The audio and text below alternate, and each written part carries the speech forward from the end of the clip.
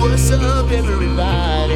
It's Mr. Talkbox. Check it out. You need to like, subscribe. Come on and catch a motherfucker. DOA playlist. Let's keep it funky. YouTube family and YouTube world, I am back. I hope everybody is well and blessed. And I mean it from the bottom of my heart with all sincerity. Look, before we get this going, please go like and subscribe to the page if you like it. If you don't like it, just do it anyway to make an old man feel good, okay? Listen. I'm going to tell you why. Because y'all see this guy right here? Y'all see that man right there? I know y'all see that dude right there. Listen, when I tell you, I am thrilled to death. I'm honored. And I'm just a blessed brother just to be able to have these young geniuses of our industry, they're geniuses in their art and their creativity, to kind of hang out with me, and I get to talk to them, listen from them, learn from them as well. And today is a true blessing for me, and you guys are in for something special. And after it's all over, you're going to see why I'm saying what I'm saying, right? This brother here is a young, just unreal person. Just he's a beautiful spirit. He's just got his head together, y'all. Loves God with all his heart. You guys gonna find out. I'm not even talking about musicianship, because that's we gonna get into that. That's a whole nother thing. Y'all show your love for my little brother, my new little brother. Just met him over the COVID-19 for me was just awesome for something. I got a chance to meet brothers like this and so many more. Y'all show your love for the one, the only, the bass genius, the bass monster, Mr. Matt Ramsey. Matt, what's up, little bro? What's up, big bro, man? That's an introduction right there. Hey, man. I appreciate you, man. No, bro, I appreciate you, man. The intro don't even do it justice, man. I'm telling you, dude, I'm so thankful and grateful, man, that you're hanging out with me. Because I know, like everybody, man, I know your time is valuable and precious, man. But I'm so thank you, man, for coming on and having a conversation with your brother, man. I really appreciate it, man, with all my heart, bro.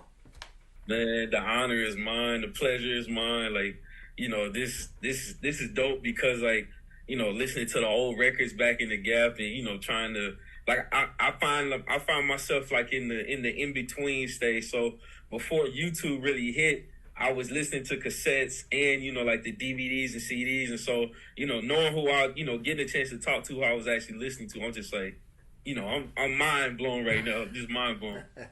Right on, man. Listen, man, let's get into this, man. Yes, sir. So I got to ask you this question. So Matt, where you from, brother? I'm originally from St. Louis, Missouri.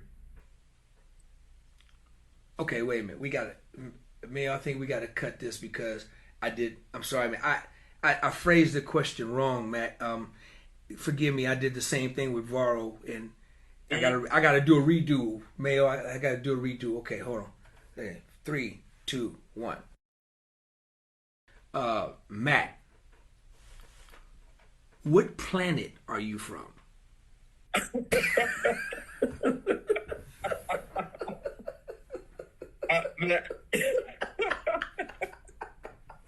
think I'm from I think I'm from planet Earth, you know, by way of, you know, St. Louis, Missouri, you know.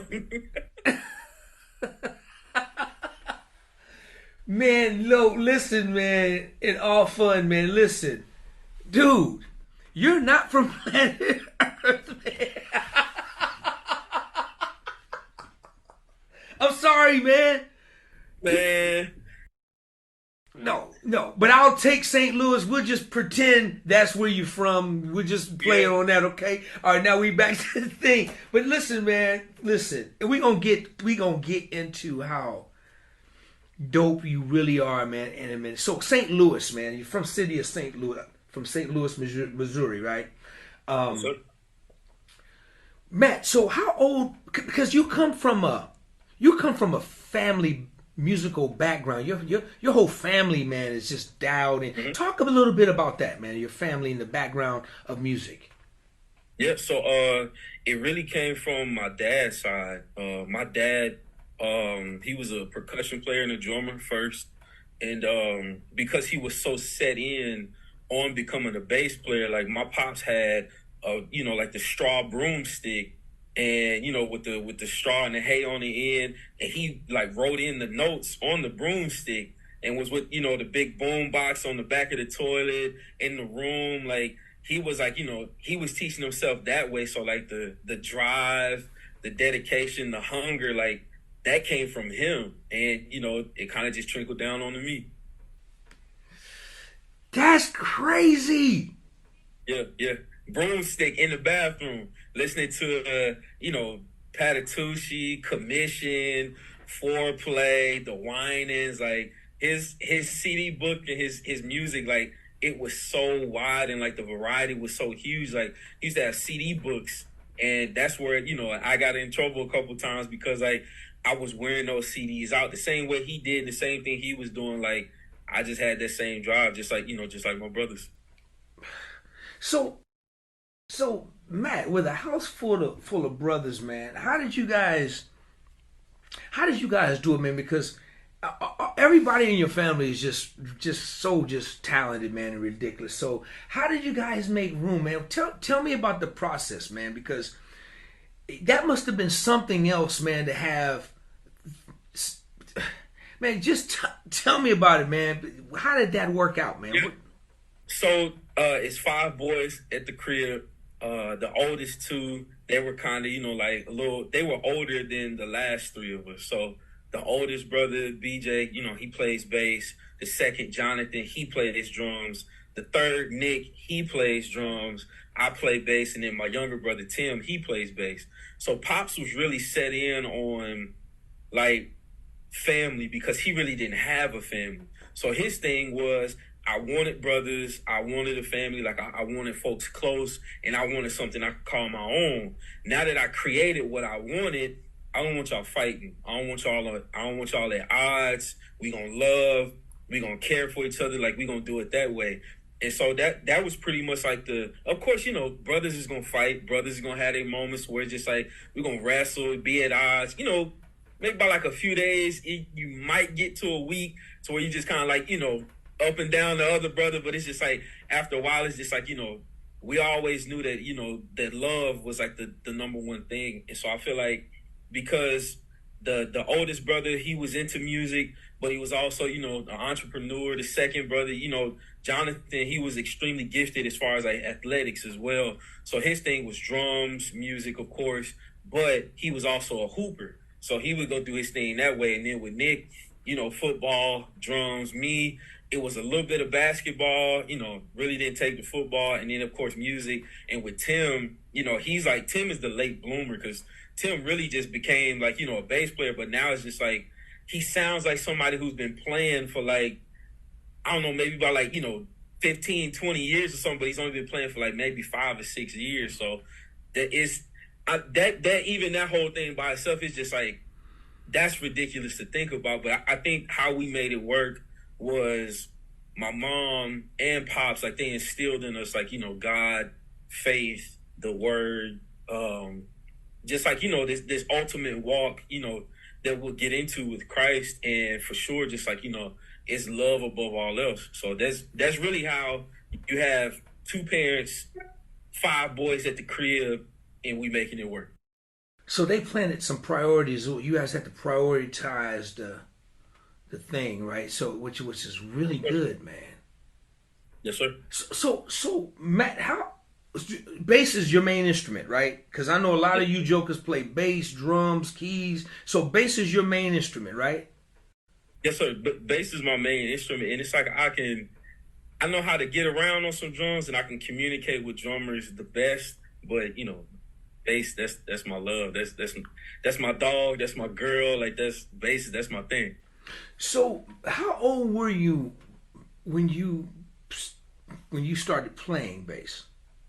So my family says it goes back to when I was like around the 2 and 3 age. So I was like a tiny kid, but I could have like, full blown conversations. And, people would look at me and like, at the church or at the store, they'll be like, oh my God, my mom's name is Cynthia. They'll be like, Cynthia, like, he's so cute, he's so small, like, how old is he? Like, and they'll be like, how are you, little man? And they say, I will respond and say, I'm fine, how are you? And it's just like, this little old joker can talk like that? Like, what?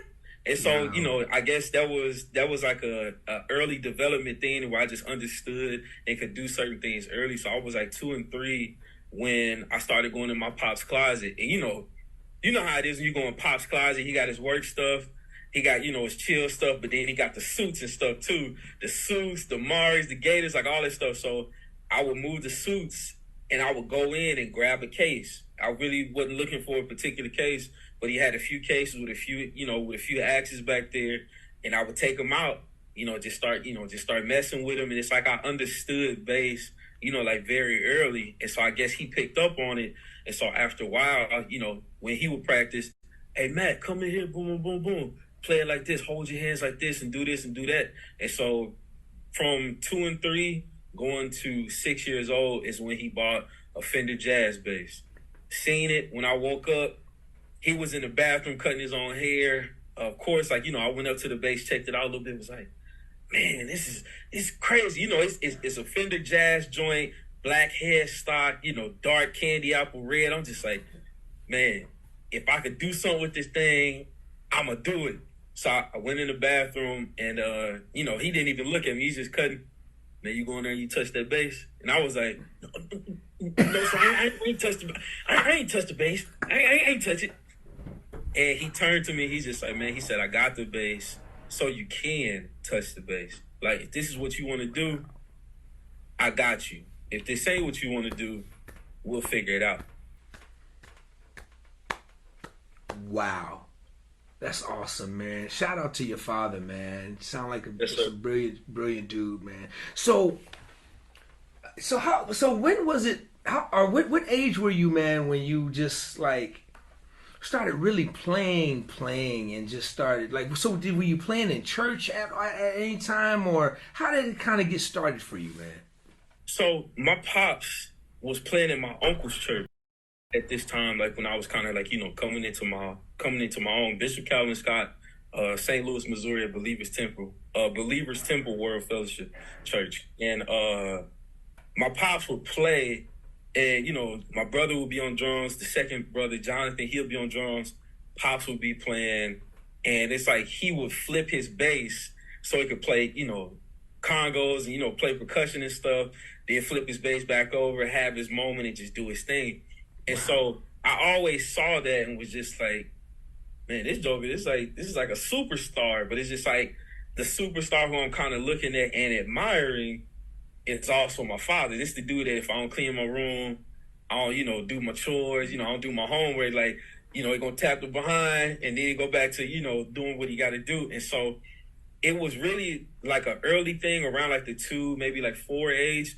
But when I was 6, when I did get the bass, that's when like I played like my first full song, like all the way through. So the story goes, my mom and dad were in the room. And at the time, like my family's like huge Commission. Like, of course, like, the Winans, Vanessa Bell, like they go back, to stuff like that and, knew those folks, but it's like really Commission, Fred, like Marvin Sapp, stuff like that. That was really what was in the crib. So when Fred Live in Chicago came out, of course, we had the CD, the VHS, the DVD, and, everything else. And so I had, the big boom box in the dining room. And my pops had like, you remember, the old SWR, but the little gorilla joints? Had one of those, plugged it up, and I was playing, what is it called? I think it's Show Yourself Strong. And my mom got up, went to the kitchen and was like, before she got up, she was just like, man, BJ in there jamming, like he doing his thing. And Pops was like, yeah, he sound good. He sound good. He coming along. Mom's going to the kitchen, kind of look in the dining room, went back in the room, laid in the bed. She said, baby, you think that's BJ, huh? He said, yeah, that's BJ. He in the groove. He doing his thing. She said, that's not BJ. She said, baby, that's Matthew. Pops get up, put some clothes on, come in there. He just like, huh? And I was playing the song note for note, you know, mimicking Maurice Fitzgerald on the Fred Hammond joint.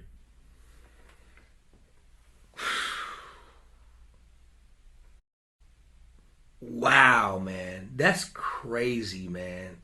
Yeah. It's so crazy to hear it. And man, let's give a big shout out to your moms too, mom and pops, man. Y'all have done a heck of a job, man. Because, dude, it's rare, and it's beautiful, man, to see a family like that, man. That's just so tight knit, and that's support, that kind of support from your mother and your father, man. So much respect to your parents, man, and just your brothers and everybody. But I want to do something different though. Let's jump years to where we are now, right? So you were 6 when the story you just told, when you playing this Fred Hammond joint, listening to Maurice, you were 6, right? Yes, sir. Let's go to now. So where you are now, did you ever think that when you were 6 years old, Matt, that you would be on the sharing the same stages, playing with these same artists and in relationship and on records with some of the same artists that you grew up, you know, like listening to and dreaming about? Your parents a fan of Marvin and Commissioned, and did you ever think that you would be where you are right now today when you were at 6 years old? What was running through your mind? Of course, you know, young dreams are very colorful and very vivid. And I think, you know, with my pops being, you know, creative, my mom's, you know, getting into the Lord and like understanding, you know, the word and stuff a little different. And my mom is a seer as well. And it's like young dreams, like I said, they're very vivid. And so I had young dreams, and of course they were, you know, sporadic. They were like over the top. And, you know, just like, man, when I get there, and my dreams go back to stuff like, okay, when Fred do another live DVD in Chicago, I'm going to play the next one. I'm not going to wear what Maurice had on, but I'm going to have this on. I'm going to have a clean cut. And I think when I get older, like, I'm going to have the glasses. I'm going to have the black glasses like Fred got. And, like, I'm going to have, you know, I think he had, like, a David Eden rig. I'm just like, I'm going to have that rig. Like, I'm going to have a few basses on the racks. Like, I'm going to do that. And, like, when it comes time to play this song for, like, the reunion, or do they just want to re-record it? Like, yeah, that's going to be when I do it, and that's when I'm going to do it like that. So that's kind of how my dreams were. Wow. But they never really, like, went to, okay, so when you are 28, when you're 27, when you're 20, you're going to meet these people. And because of, you know, just who God made you and, you know, how you, you know, came up in your family, like, those people are going to, you know, be drawn to you. You're going to know them. I never really thought about that. My dreams were always just, when I get on the stage and I play, like, I'm playing with these people. I got all of the gear. I got this, I got that. And it kind of just stayed right there. So I never really thought of the other side of saying, like, okay, this person is going to be my uncle. You know, I never thought, you know, dude who I'm seeing on these videos and these records, like, I never thought I'd be sitting on, like, a Zoom call, you know what I'm saying, talking to, you know, DOA. I never thought I would get a call from Fred to go to the warehouse. I never thought, you know, Kirk would be like, Neff, come to the studio, come this and come boom, boom. Never thought that. It was always just music and just bass. So now as you look back, and you say, because you look back where God has brought you from, it's just amazing, man. It's just an amazing story. You know what I'm saying? Yeah. Now here you are, actually in it, man. How does that make you feel? I mean, what's your feeling like, man? And what goes through your head, man? Because 6 years old, Matt, 6. You know what I'm saying? The dream, living the dream now, right? Yeah. First, like you said, the dreams were colorful and vivid, right? but now you're actually living it, man. Right? We can honestly say that, man, it's through the grace of God. And not only are you living your dream, man, you're just one of the greatest, man, at your young age. Man, how does that make you feel, bro? It puts me in a state of gratitude, honestly, because I get a chance to, like, with growing and maturing, like, it's almost like God kind of turned our relationship from, Lord, let me get this, and then he'll give it, into where it's just like you said, like, I want a big house. For me, in my relationship, what I've known God to be now is just like, I'll say I want a crib, I want a certain car. He'll put me in touch with a car salesman or a contractor who can build the house. And so now it's just like, through that journey of getting from where I am to where I want to be, it's just like, that's where, the faith and the beautiful stuff is. So thinking about where I am now, it's just like, I take joy and love, appreciation, and just like, I'm in this constant state of gratitude because I know that, I might be pretty good at what I do, but there's always, someone else who is older, who is younger, same age, who can do the same thing I do. And it's just like, they can get the job done as well. But to know that I am chosen and to know that I'm the one that was picked for the job, it's just like, man, it puts me in a state of gratitude because it's like, understanding that God doesn't necessarily need us, but he desires to do this thing with us. It's like, well, dang, man, like, who am I to where this great, beautiful, giant being could have picked anybody? But he was just like, nah, who's going to play that gig? Who's going to produce this record? Who's going to sing on this song? Who's going to do that? It's like, nah, D is the only one that got it. DOA, you're the only one who can do it. And it's just like, you sure? It's just like, you're 20 years old. You know what I'm saying? I was 19 when my name was in the hat, 20 years old when I got the Kirk gig. It's just like, that's nobody but God, to where it's just like, I can go against who's, quote unquote, like, slated to play the gig. And the only thing that Sean Martin, my big brother, only thing that can help him in his fight for me for that gig is God. And it's just like, hey, Kirk was thinking I want this person, or whoever else in the band was like, hey, I want this person, we're going to get this. Only thing Sean could say was, I know this kid. So it's just like, to know stuff like that, to see, where I started dreaming, to see where I am now in reality, I'm in a constant state of gratitude because he could have did it a different way, but to know that he chose me to do it this particular way, it's just like, I don't know, it gets me emotional, it gets me in this vibes where I'm just like, yo, like, he really could have chose any of these 8 billion people that's in the world, but it's just like, no, you got what I need and what needs to be pushed to the world right now. Okay, listen, man, brother, you're going to get a whole bunch of standing ovations from me today. Trust me. Let's back up a little bit. So let's talk about how you got the Kirk Franklin gig. Kind of take us through that moment. Yeah. So, man, ironically, and how crazy it is, the day I gave up on music is the day I got the call for the gig. Okay, hold on. Wait, whoa. Okay, wait a minute. Wait. Let's back up a little further then, Matt. Yes, sir. You said the day you gave up on music. Let's back up. Yeah. What made you give up on music? And just take us through that and lead us into that day. Yeah. So my first night out playing in Dallas, my bro Cleon Edwards invited me to this jam session. This night of the jam session was at this spot called the Prophet Bar in downtown Dallas. Sean Martin, R.C. Williams, Mike Mitchell, Black Dynamite, Derek Hodge, Robert Glasper, Casey Benjamin, Mark Kohlenberg, like, everybody is in town on this particular night in May.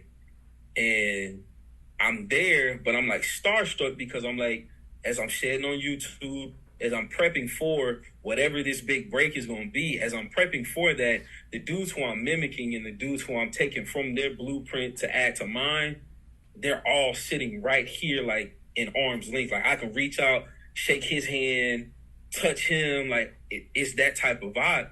So I'm like a little starstruck.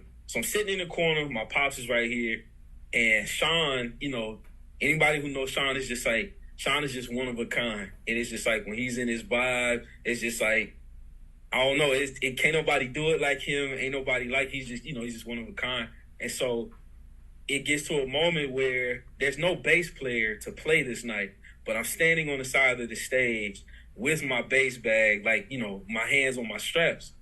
Sean looked over and was like, "Hey, can you play?" And I was like, my pops took over and was like, "Yeah, he can play. He can play." He was like, "Now," he was, "Butch, you sure he can play?" No. All right, come on. Hey, if you can play, you my dog. But if you can't play, we gonna laugh you off this stage. Come on, fool, get up. So I'm just like, oh my goodness, like what's going on? Like, what's this moment? And man, I play, and when I play, like I fit in, and I can hang with the OGs, I can hang with the bands that's playing the whole nine.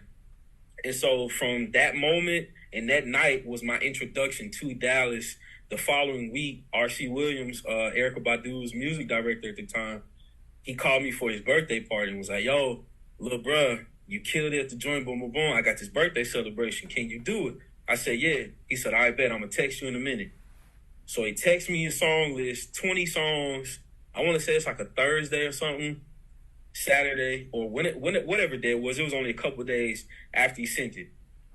Charted out my composition book, get it right, do what I do. So I'm nervous, shaking in my shoes. I'm playing through the stuff, I'm doing what I do. Then it gets to a moment, random moment of the night, he gives me a solo. And he's just like, "Hey, let's see what little bro got. Man, go ahead, like, you know, do your thing."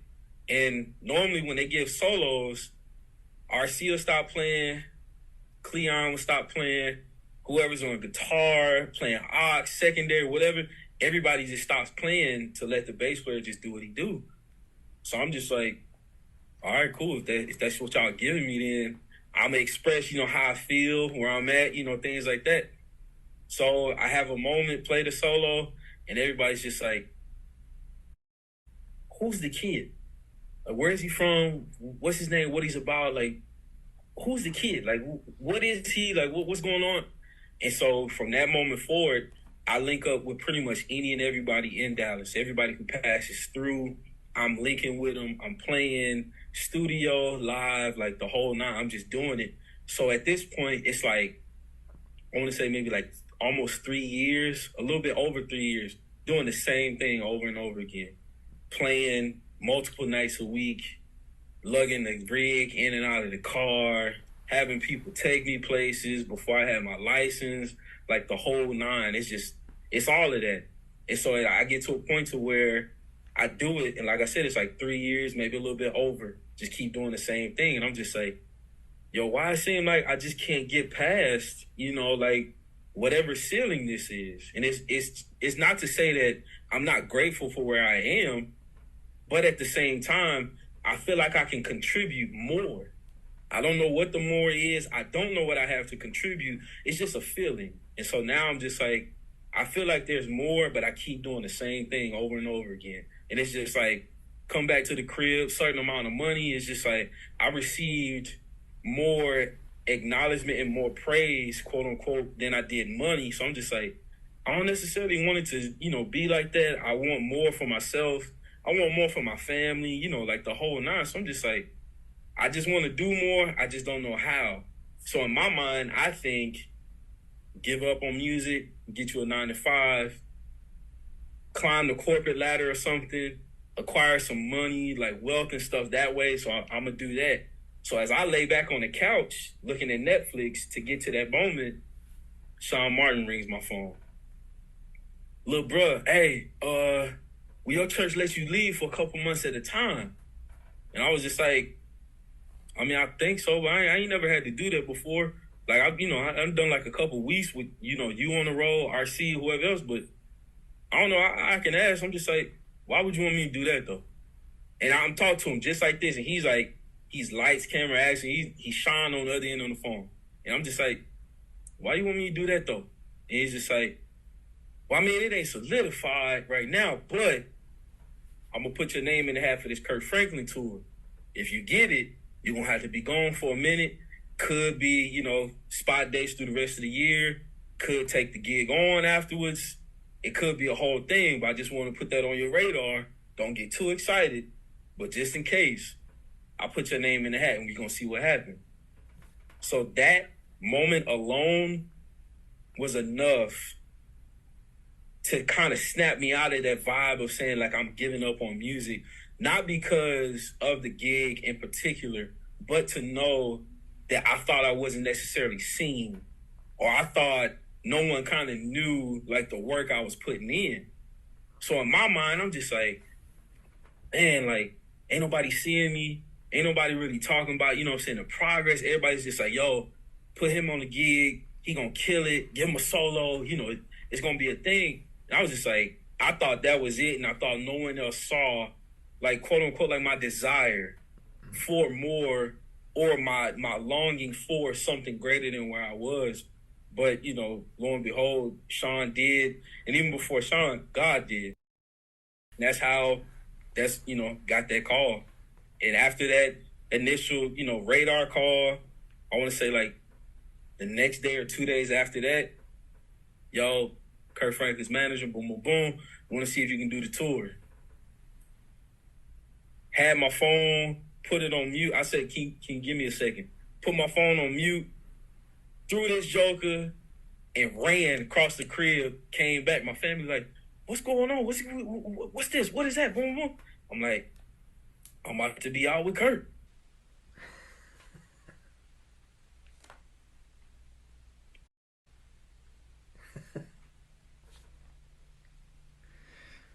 You know, man, I gotta give you another standing ovation, man, because that's an incredible story, Matt, because when you said that you had left, you were quitting music, the first thing that went through my head was that it was because of some type of failure or something. That I was expecting you to say, when they called me up to play and my dad said he could play, I thought you was going to get up there and bomb or crash and burn. Or when you went to the church and when you did these things, I'm thinking, okay, something happened. Maybe he was nervous and he didn't have a good night. Or, dude, that's not why you quit. You quit because, to sum it up, because of where you were at in that moment. And you were still developing, and you just didn't really, I mean, you, as great as you were, you didn't give it a chance to morph into what it was going to morph into. You was about to let it go early to go get the corporate job and to go get the thing. So, but out of nowhere, you get this phone call that was like life changing for you, out of nowhere. That's powerful, because I got Eric Pickfunk Smith, my little brother, man. He has a story that he talks about when he first auditioned for Janet. You know, back after we did Rhythm Nation, and like maybe 2 tours later, 3 tours, I don't remember. But he talks about that audition, what happened to him. His story was unlike your story. So I was expecting to hear the same outcome. But man, you were like flourishing, man. You were like ready to explode. And you almost just like left it all on the table. Yep. See, that's nothing but God for me, man. That's just a God thing. That's the Spirit talking, and that's the way it works, man. And then out of nowhere, you get this call, and you go out with Kurt. Now, let's back up just a little bit, man. I'm all over the place with you, man, because it's so good. So. Now, were you guys living in Dallas at this time? Yeah, we're in Dallas. So when do you move from St. Louis to Dallas? So we go from St. Louis when I'm like 6, almost about to be 7, something like that. We go to Tulsa, Oklahoma. From Tulsa, that's where, Pop started getting connected with Wayman, met him, was hanging with him the whole 9. And then from there, we went to Nashville for a little bit. Nashville a couple years, and from Nashville, that's when we went to Dallas. And we were in Dallas for 11, 12 years, something like that. So you were in Dallas for 12 years, and then you went back to Tulsa, right? Okay, we're gonna get into that in a minute, but okay, so now, good. I just kind of wanted to get the transition, man, from St. Louis, and so I didn't realize that it went kind of like to a couple of different places before you got to Dallas.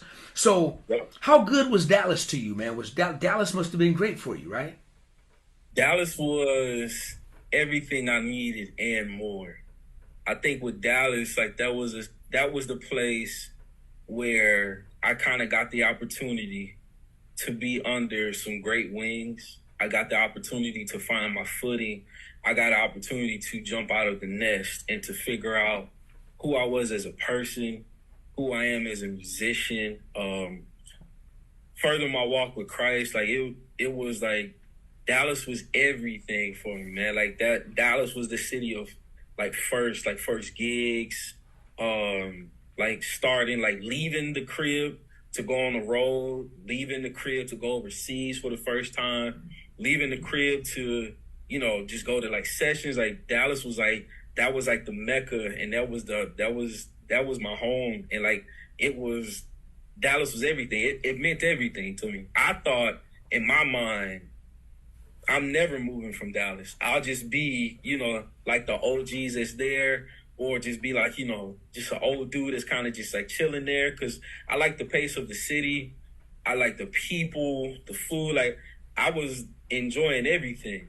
Like that was it. Matt, you made a lot of history, man, already in just a short period of time, man, with live recordings and working with the biggest gospel artists of our time. What's one of your most memorable moments, man, with in that process? Man, I don't know. So like with me, I'm more of a sentimental value type dude. So like if I buy a pair of shoes for like, $80, the fact that like I wore them in Japan, or I wore them, to Africa, or, something like that, because of the meaning and because of the story behind it, like that's the reason why I value those things, like, way more than what they're actually worth. So like a moment where I get a chance to sit down and talk to Kurt about life, or I get a moment to see Fred, or, just anybody who's attached to this stuff, like, because I see them or get an opportunity to like, talk to them, I think those moments kind of like, they kind of just like sit in the same spot for me, because I feel like knowing all of those stories and all those things that they shared is just like, they all kind of help me. So I'm thinking like one moment, this is my first tour and prep, and it's my first set of tour rehearsals. I'm in there and I'm slated to play a song on bass, just like, just chord it, play the joint. It's just me and the singers. And before I tackle the song, Kurt decides to give a story. And he's like, before you, go on to play the song, I want to tell you where I was when I wrote the song. So I'm like, all right, cool. Like, it's whatever. I'm about to get it. I'm about to do this. I'm about to do my thing, whatever. And he's like, man, he said, I was at my lowest when I wrote this song. And him saying those words, I was just like, what else is attached to this? Because I'm just like, we were vibing. I had just gotten comfortable in the band. Of course, I'm the youngest. Like, it's just like, it's a whole thing. So I'm just like, I wasn't expecting him to say that. And he's like, man, like I lost everything. Really didn't have much to give. My self-worth, like that was low. Self-esteem was gone. Like the whole nine. Like I was at, like, when you get to rock bottom, he said, I was like a rock in a hard place, another hard place, and another rock up here. He's just like, everything was just tough. And so he said, the only thing I had to give and the only thing I could do was turn to the piano and turn to God. And he's like, that's where this song came from. So when you play this song, think about your lowest moment. Think about where you couldn't do anything for yourself. You couldn't make any moves. You couldn't hustle. You couldn't do anything for yourself. Wow. Think about that moment, but play it from there. And he's like, I don't know you that well to where I know what your lowest moment is, but I can tell you got a little something that's there. And he's like, you're young, you're going to get some more. But he's like, that little bit of pain, that little bit of hurt that's sitting over there, young buck, play from that. And I think that helped me in more than just that moment to say, like, when I play my bass, when I talk to somebody, like, whatever the interaction is, no matter what it is, like, I always want to make sure that I give it everything I have, and I pull and pour from the purest place that I can. Because he also used to say something I still hold dear. He's like, you could be the only Bible that person reads today. And I was like, man, I ain't got no words on my face. Like, I ain't got no scripture on my shirt. Like, I don't know what you're talking about. But, you know, as time went on, I understood it's just like what you do at the crib, what you do in your prep, what you do in your lifestyle, like, that's going to come through in your conversation. That's going to come through in the notes you play. That's going to come through in everything you do. Yeah. So that right there was one of the biggest, but that helped me to see is just like, yo, when you give it, when you do it, when you say it, you have to say it from a genuine and honest place. And if you don't, folks will tell. Man, that's incredible. So what record was this? Was this a studio session? Was this a studio session? No, so this was, I got the call for the 20 Years in One Night tour in 2016. And so just like, you know, a lot of the old greats, Kirk really doesn't rehearse a whole bunch. He's more so just like, I'd rather go eat with you. I'd rather let's talk about like life, something like that. And then let's get on the bandstand. So that crew that had been together for 10, 15, 20 plus years, each person, you know, different times, but that long, they didn't rehearse like that. So this is like that rehearsal, it was a rehearsal for the tour. And that was the moment where it was just like, yo. So he was giving you this for every night you play this record live. This wasn't like you showed up at the studio and he wanted you to record, and while you was recording, giving you this energy in this talk. This was for every night you get on that stage, this is where I want you to be, just for your live thing. Got you. Yep. Got you. Which is incredible, man. I love it. What a way, man, dude, what a word, man. That's powerful. I love it. I think that's strong. I think that's motivating. And then for it to be strong enough to where you could feel his words through your thing and apply it to every night to that song, is even more powerful, man. So I love that. That's a great moment. That's a great story, man. Great. So after you did the Kirk Franklin tour, that was your first tour, right? What was next for you? What was the next tour? So it was more touring with Kirk, got in the studio with him, and then also started playing with different artists, you know, that kind of came through Dallas. Other folks seen me with Kirk, and so it was just like, it was my time to just like, you know, pretty much just go all over and pretty much do everything that I had in my power to do. So It's multiple artists, more touring with him, studio with him. Wow. Got into, you know, movies, playing on that stuff, playing for TV, like, I did all of that stuff after that. Wow, that's awesome, man. That's great, man. Good for you, man. Good for you, man. But my next question is, if Dallas is so good for you, and all these great things are happening, why leave Dallas? God, it's I get to a place where I'm not necessarily wanting to give up on music, but it's another moment and another fork in the road, and it's another pivotal time to pivot to say, will you continue to do this? Or this hunch you're kind of having, like, will you take this road? And it's just like, I don't know what it is. I can't put my finger on it, but I do know it's something that's more and something greater. So I talked to my pops. He put me in touch with a great man of faith. And he was like, Matt, I just got a few questions for you. And again, this is height of the pandemic. I'm not struggling for anything. My family's still eating. We still doing pretty much any and everything we want to do, just all at the crib. And there's a lot of taping going on in Dallas and everywhere else. So the flights with 3 people, I was on those, the tapings, the Zoom sessions, like I did all of that stuff. And I actually made more money in the pandemic than I did prior to. So it's just like, it's a lot going on, but it's still manageable. But I also know this is cool. But there's another thing, there's another height, higher heights, there's more to do. And so I'm moving, grooving, doing everything I'm doing in Dallas.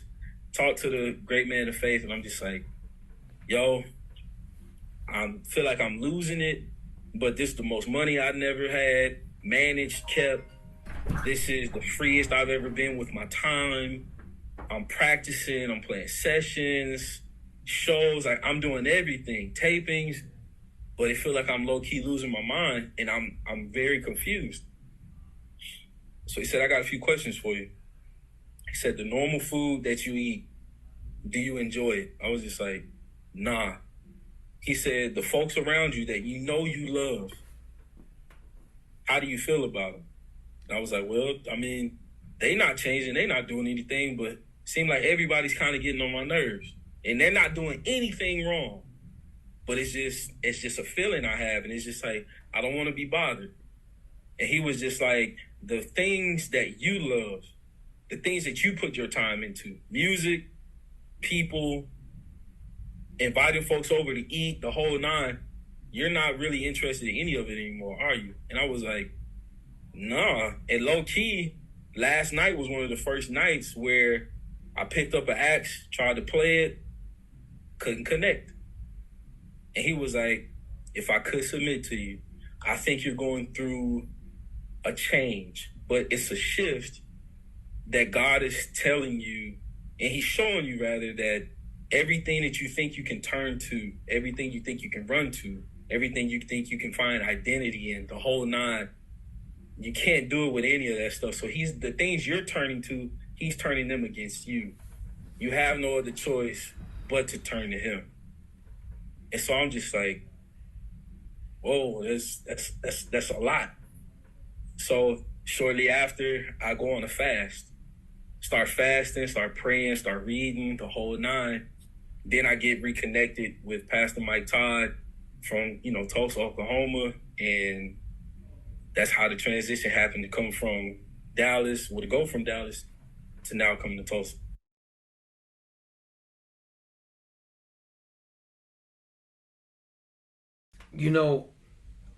I remember, I don't know if we talked, like when you've just got, I don't remember when we talked, I think you had just relocated, when we talked, and you shared a little, I was blown away by your decision to move, and you broke a little bit of it down to me.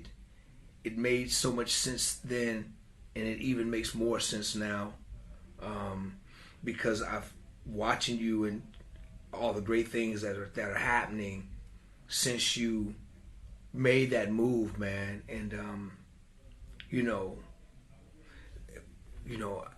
bro, I salute you, man, because if you don't take a chance or take risks, then that means you can never grow. And I respect that. Some people get confined and content where they are, and they're just cool with it. But for what you just said is very strong and very powerful. Somebody of your age group and somebody older, my age group, they're gonna get it. They're gonna get it, man. That's very, very powerful, man. So you move back to Tulsa, man. So how is Tulsa treating you, man? Tulsa it's the first big move I've ever made on my own. Like my own decision to say, hey, we're moving. If your last name is Ramsey, it's Butch and Cynthia, like they make the decision, we're going here, we're doing whatever. Tulsa is my first move to say, I'm leaving where we are to go somewhere. And it was the biggest decision I've made in my life so far, but also the absolute best decision I've made in my life so far. I think what Tulsa is a clarity and a check as to who I am. So, meaning like Dallas, Kirk, music, family, extended family, the whole nine. Like, I have all of that in Dallas. And it's like, to a certain extent, I can kind of just like skate by because like people know me as like the bass player and as the guy who can add to something, the guy who can like, you know, help you with your idea. Like, I was pretty much like the helpmate that, you know, everybody kind of used, and I was just doing it that way. But Tulsa is the place where I'm finding out how to construct those things from ground zero, like for myself, for a cause that's greater than my own, for a name that's bigger than my own. It's just like, it's God. He's talking to you, say some stuff. Then he's connecting me with the right people to where they're just like, oh yeah, I got a space and opportunity for this to happen, but cool, you got to do it though. And so now it's just like, Tulsa is like my training ground and like the place where I'm finding out more and more who God is and also who I am as a person. And even more so, like, without my bass in my hand, it's just like, Tulsa is an awakening for me, if you will. Wow, man, I'm so glad, and man, I'm happy for you that, you know, that the transition was a great move for you, man. Because you're right, man. It's, you know, when you just, like you said, like by yourself on your own, you just made this move and you trust God, and you know, there's a lot of great things that are happening, man. So I'm so happy for you, brother, that things are working out, man. Let's talk bass for a minute, man, because I know you got to go. I'm not going to hold you much longer. I got to ask you this question, bro. What do you think about, man? What's going through your head when you're playing bass, bro?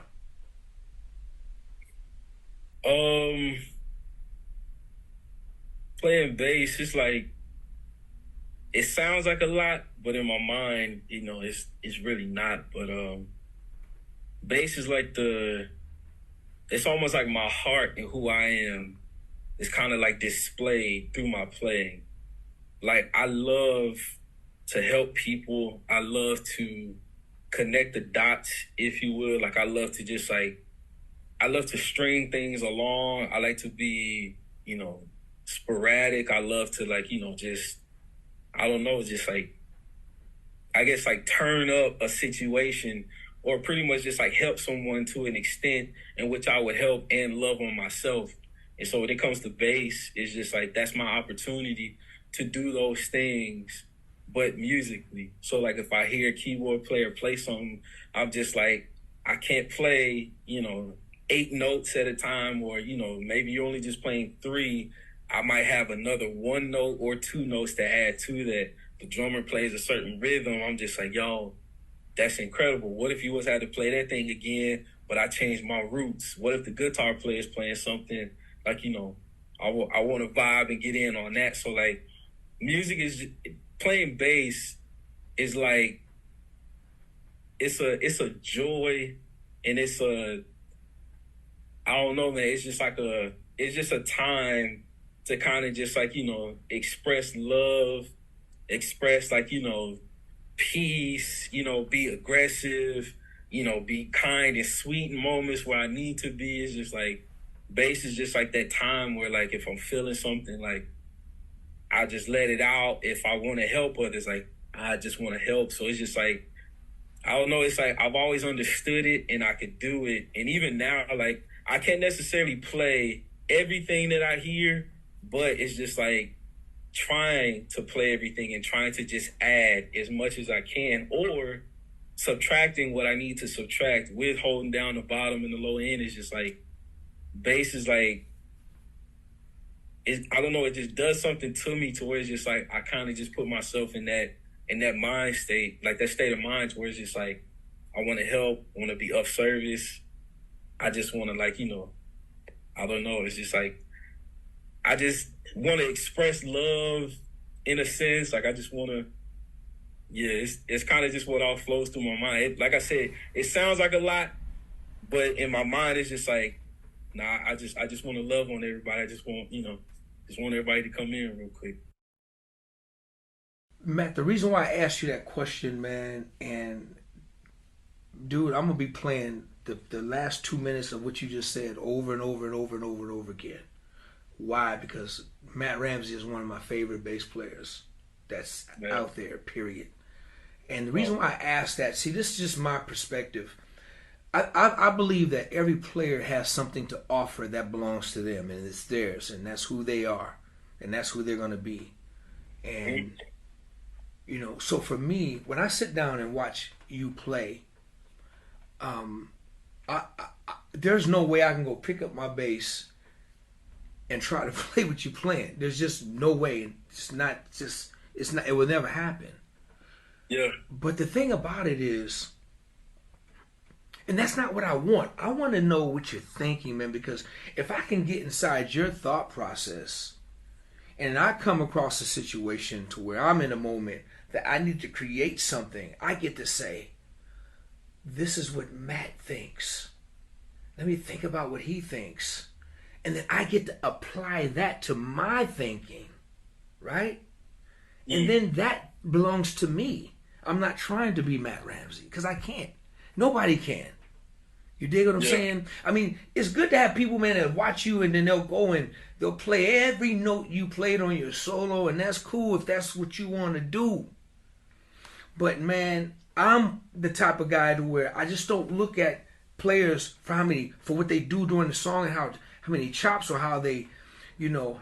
I want to know what you're thinking, because if I can just get inside a little bit what you're thinking and then apply that, then I get to play it and think about it my own way and say this is inspired by, because I can never, and I don't think you can, you know, somebody's come up and say they could play like Matt Ramsey, you know, come on, man, you know, I don't think that's possible. You know what I'm saying? Because everybody does what they do, Matt. Man, you're an incredible player, man. You're an incredible player. What you do is absolutely amazing, man. And what I do, I get to sit back and watch it and enjoy it, man.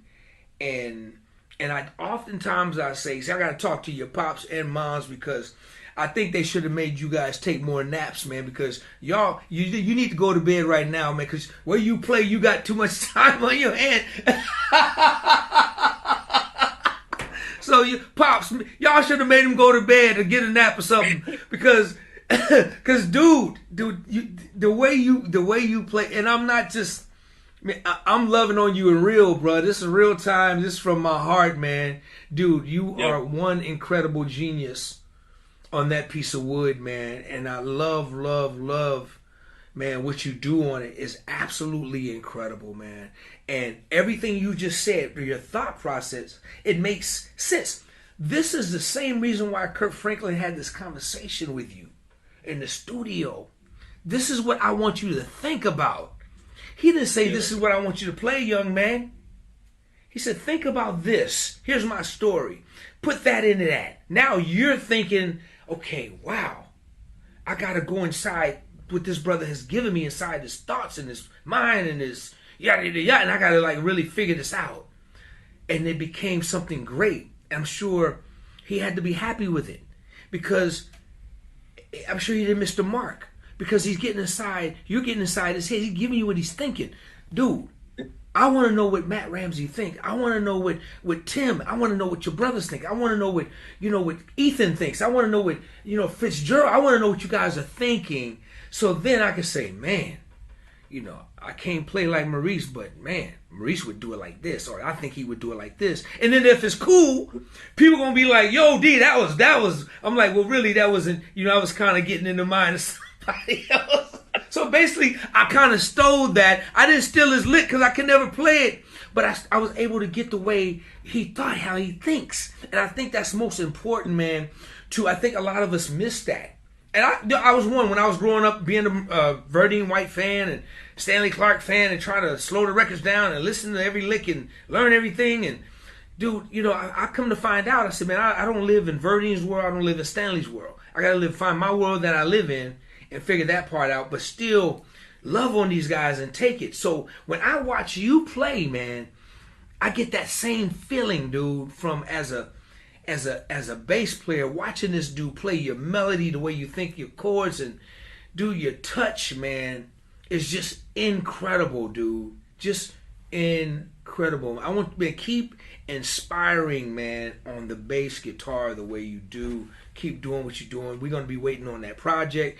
We're gonna be waiting on your solo record. Keep doing all that, man.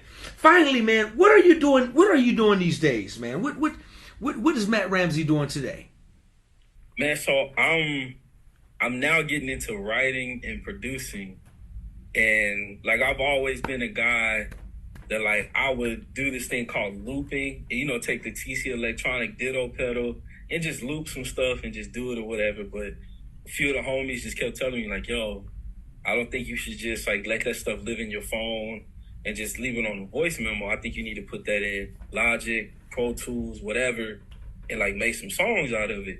And so now, with being in Tulsa and being at Transformation Church, like I have the opportunity to be one of the like guys that's like helping with the construction of music. And with the creation of music, I'm finding myself as a producer to say like, hey, if I would have to do a song from scratch, if I would have to construct this, do that, like this is how I think it should go. And so then, in turn, like I get a chance to reach out to some of my homies who, I think are some of the best to do it, what they do.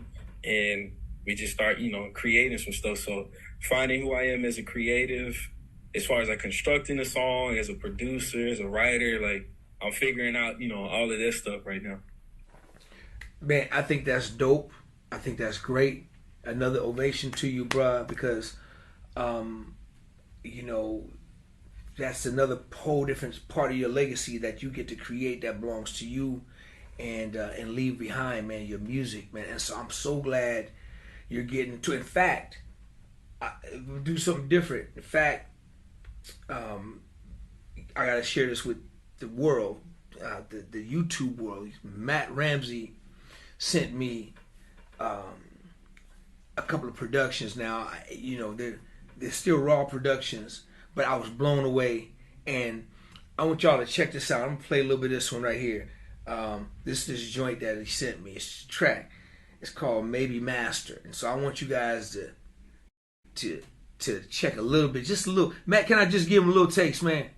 Yes, sir. Just a little, just a teaspoonful. All right. Y'all check out my boy. Check him out. Check him out.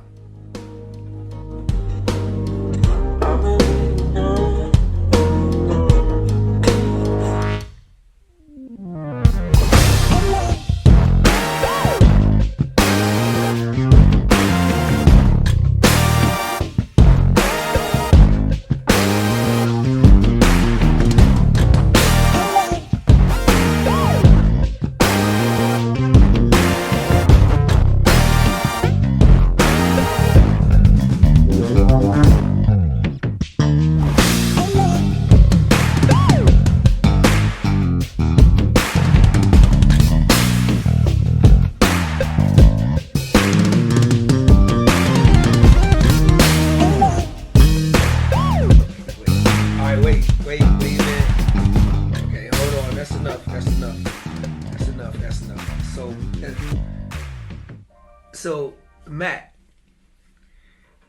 that's scary, man. And it's even more scarier because it's a side of you that the world don't even know, man. Bruh. And it's crazy because as I watch you just doodle with your bass, man, on and just do stuff, man, just short videos, you're actually writing music and you're writing melody and you're actually producing right there, man. I don't know if you realize it or not, but you're doing it. Now just to hear and to know that, you know, this is going to be another chapter in your life, man. Dude, I'm so glad, man, you're going that direction, man. It's so okay. So tell me a little bit of the story behind, you know, maybe Master. What's the deal with that? So it was another idea I had, you know, just chilling at the crib, and I went to the front to go grab a bass and played, you know, what I was hearing, and just, you know, fleshed it out via, like, you know, bass. And even the name is maybe because I had someone's name on there, and I was just like, can such and such sing this, or do you think they would want to use it, or you think there'll be a feature on the song, or whatever? And as I'm talking to myself and going through it in my head, I put like put an asterisk, and then I put maybe with like a question mark. And with the emoji, I had the emoji of the guy that's like, I don't know, maybe. And so it, like, even with that name, even with the way it happened, it's kind of just like, it was just a moment to where it's just like, you know, I captured it. And like I said, when I called the homies, I was just like, yo, I think it should be this. I'm thinking, like, you know, start here, grow to this. And, like, you know, whatever sauce y'all got, like, you know, let's just put it on there. So. And there's a whole lot more, y'all. There's a lot more that just, you know, that's you know, that's coming down the pipeline. And Matt, I'm so excited for some of the things that you got, and I can't wait when it's time to share some of the real things that's getting ready to happen, man. And as you know, as this time goes by with some of the things that you're into, man, I'm so proud of where God's leading you, man. I'm proud of your story, your move, man. And from day one, man, when I first, you know, met you and Tim, man, I just knew that you brothers, man, was just some beautiful brothers from a beautiful family, and I'm really proud of that, man. It's rare that we get a chance to experience a close, tight family that's talented and that love and support from mother and father. That's awesome, man. And Matt, before I let you go, man, what advice, man, do you have, or what would you say to somebody that's your age or younger, man, that has been, you know, and they're good and they're on their way to greatness, but that's about to give up? Don't forfeit the opportunity that God is giving you, and also understand that this gift, you didn't pick it when you were leaving heaven to come, you know, to earth, and, you know, in your mother's womb and things like that. It's like you have something for someone else that will be life-changing, that will be, you know, a generational thing that can, like, shake up the makeup of what that last name carries, what the world views as a certain thing, or whatever it is. Don't throw that opportunity away, because almost like I did, if I would have to do it my way, I wouldn't be here in this moment, you know, talking to DOA on the DOA playlist. It's just like, I wouldn't have the connections that I have with certain people to where, like, I can reach out to, you know, a different number of, you know, different folks who can pour into me to give advice, who I've met through transition and the whole nine. It's a lot that goes into the construction of who we are, and it's a lot that goes into what God has given you. And because everyone has a world-changing, world-shaking thing, you don't want to prematurely cut that thing off. So I would say, take a moment to rest, because I really wasn't resting like that. Take a moment to really assess where you are. Don't get caught up in your own sauce to where you're looking from ground zero to look at where you are. You're just like, oh yeah, you know, I am killing, I am doing this, I am doing that. It's just like, don't get caught up in that, but open the door for you to have a moment to sit in some gratitude and to honestly stay there, to realize that, okay, if I keep going, the desires of my heart will be fulfilled, because I am doing what the Lord asked me to do. I'm doing something on someone else's behalf. And it's like, always make sure you're locked in to say, hey, I have my way and I have what I think should be a thing, I have what I think this should be, how it should go, whatever. Give the Lord space to, change up, to shake up your world, because honestly, our plans for ourselves do this to what he actually wants. His ways are so far gone, beyond greater than ours. So I would say keep the drive, keep the tenacity, keep the hunger, stay in it, you know what I'm saying? And honestly, just keep pushing, because life will never get easier. The only thing that does happen because of trial, tribulations, and the way that you keep going in something, you just get stronger. So keep pushing, keep fighting, keep practicing, keep praying, keep that desire, keep that hunger, that fire, keep it. But just make sure you keep it contained and open the door, let some gratitude come in, kind of smooth things out, and get right back to it. Stay in it, stay prayed up. Yeah, keep going. Man, that's the wisdom of a 75-year-old man, bro. In a 28-year-old body and brain, dude. It's just very brilliant, man. Good words, man. And somebody's going to get it. I promise you, somebody is going to get it, man. Listen, man. My last final question, I got to ask you this. You got 4 bass players, man, that you're going to put on your Mount Rushmore. What 4 what 4 bass players, man, are you going to put on the Matt Ramsey Mount Rushmore bass players? 4? Get 4, man. We gonna end up adding. We can add a couple, but go. Let's add a couple of faces. So I think for me, I'm going.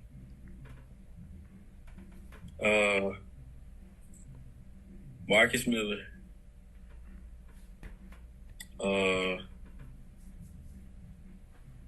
Man. I love some Pino. I love some Pino Palladino.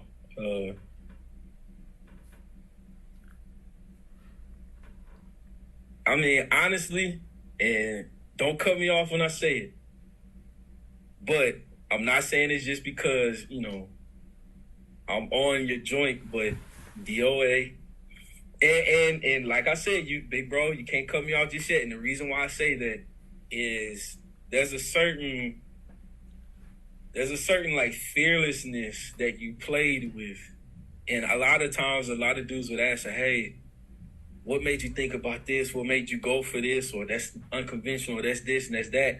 And it's just like, you got to think, like, big bro, you were, 1990, Janet, Japan, everywhere else, with a penny and a Sadowski, running across the stage, doing your thing, just going for it.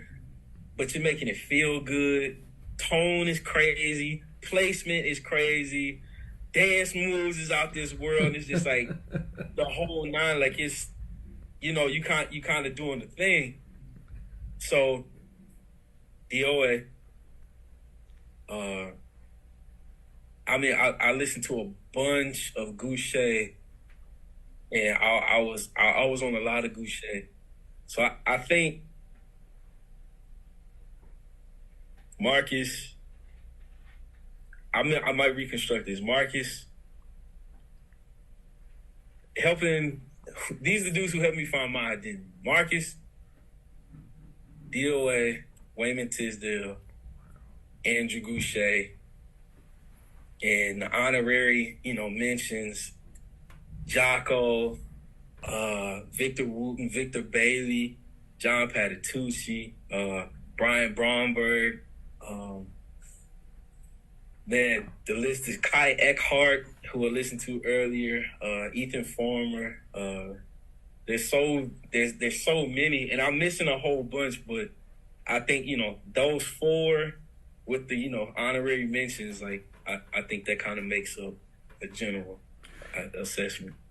You know, it's funny, man, and you know, and we're gonna add a face, man. We're putting Matt Ramsey on the Mount Rushmore. We can put Matt Ramsey. We can easily school DOA over any time, bro. We can add a few. But you know what, Matt? What's funny is that I get why you're so melody driven in your music. I get it, man. I get, because dude, you are so melody and melody driven. You mentioned a cat like Wayman Tisdale, who wasn't a guy at all, by no shape or form, who had a lot of bass chops. He didn't have all of that. But he didn't need that to be the greatest smooth jazz bass player in the world. He would melody you under the carpet. I mean, he knew how to sing and write melodies. And one thing that, you know, working with Tiz, you know, one of Tiz's idols was definitely, you know, Fred Hammond, Commissioned. So Wayman used to write his records like Commissioned would write melodies. And you know, and Wayman was at the top of the food chain when it came to, you know, smooth jazz world. I mean, he stayed number one. He lived there. And I'll never forget the story, man. Tiz told me that, you know, when he was coming up, man, his idol was Marcus Miller. You know, And, you know, they were close friends, man. And Wayman told me, he said, yo, you know, D, man, you know, one day Marcus said, Tiz, you sound good, but you got to sound like you. You got to find out where you are and who you are. Find out Tiz, find out Wayman. So Wayman went back and rediscovered the piccolo bass, which wasn't brand new. You know, I mean, you know, Clark was the first one I tripped on with piccolo bass back in the day. But Wayman took it, he morphed it and massaged it into something else, man. So, and then when you talk about Pino and Jocko and these cats, man, and I get it, man, because dude, I get why your inspiration, man. I get, you know, who you are, especially being a Winans Commission fan. I get why you play and who you are as a player, man. And I totally appreciate it, man. Now, Matt, let everybody know how they can find you, man. Man, so Facebook, Matt Ramsey.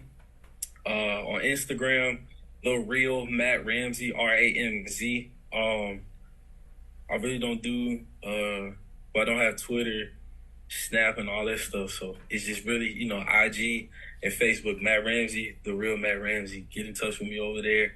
And I'm not the biggest social media head, but, you know, I'm for sure getting better. So hit me up so we can connect. I think my email is on there as well. Yeah, that's it. Man, Matt, we look forward to the things you got in store and the things that you know God has in store for you in your future, man.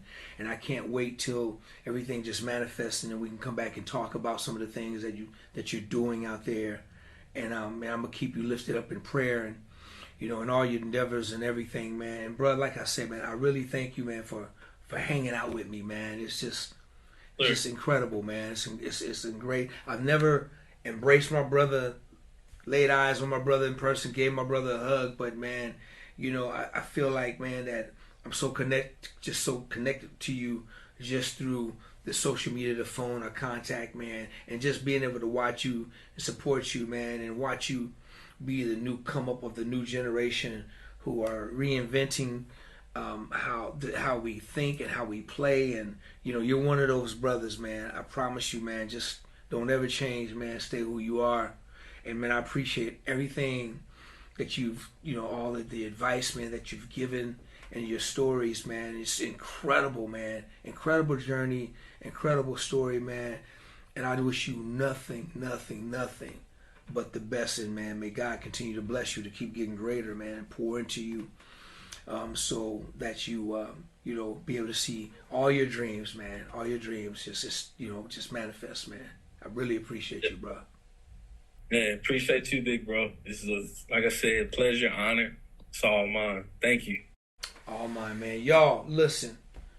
Please go like, subscribe to the page, and you know, I would appreciate it. But y'all give it up right now for my little brother right here. Y'all heard his story. Y'all go support him, go follow him, go love on him. You know, keep your eye out on him. This is the future right here. This brother here and so many others. All right. So show your love for my little brother, Mr. the one and the only, the great Matt Ramsey. Give it up for him, y'all. Yes, Matt, I love you, boy. Love you too, big bro. DOA playlist. Let's take a